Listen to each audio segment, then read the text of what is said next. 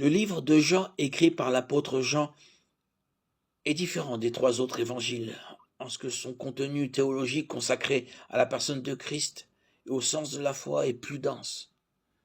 Les évangiles de Matthieu, Marc et Luc sont appelés évangiles synoptiques, à cause de leur style et de leur contenu similaire, et parce qu'ils font le synopsis de la vie de Christ.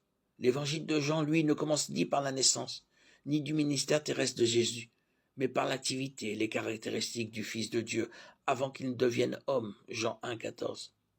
Il met l'accent sur la divinité de Christ, comme on peut le voir dans l'emploi d'expressions telles que la parole était Dieu, Jean 1, 1. Le Sauveur du monde, Jean 4, 42. Fils de Dieu, répété plusieurs fois, et mon Seigneur et mon Dieu, Jean 20, 28.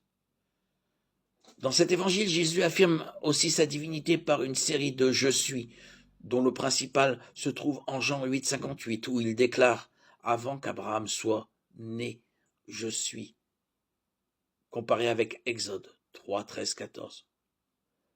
Mais Jean met également l'accent sur l'humanité de Jésus afin de réfuter l'erreur d'une secte religieuse de son époque, ceux qui ne croyaient pas en l'humanité de Christ.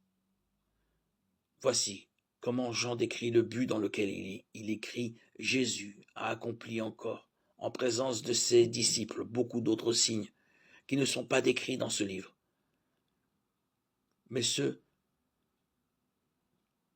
qui ont été écrits afin que vous croyiez que Jésus est le Messie, le Fils de Dieu, et qu'en croyant, vous ayez la vie en son nom. » Jean 20, 30, 31. Ainsi, les 4 récits des apôtres, Marc, Luc, Matthieu,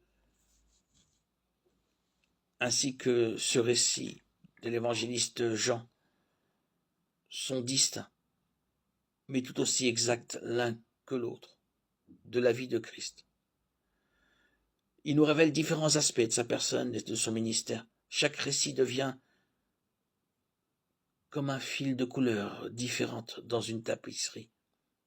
Tous ces fils tissés ensemble offrent un aperçu plus complet de celui qui échappe à toute description. Bien que nous ne comprendrons jamais tout ce qui concerne Jésus-Christ, Jean 20, 30, à travers les 4 évangiles qui nous ont été transmis, nous en savons assez à son sujet pour comprendre qui il est et ce qu'il a fait pour nous, pour que nous puissions avoir la vie par la foi en lui.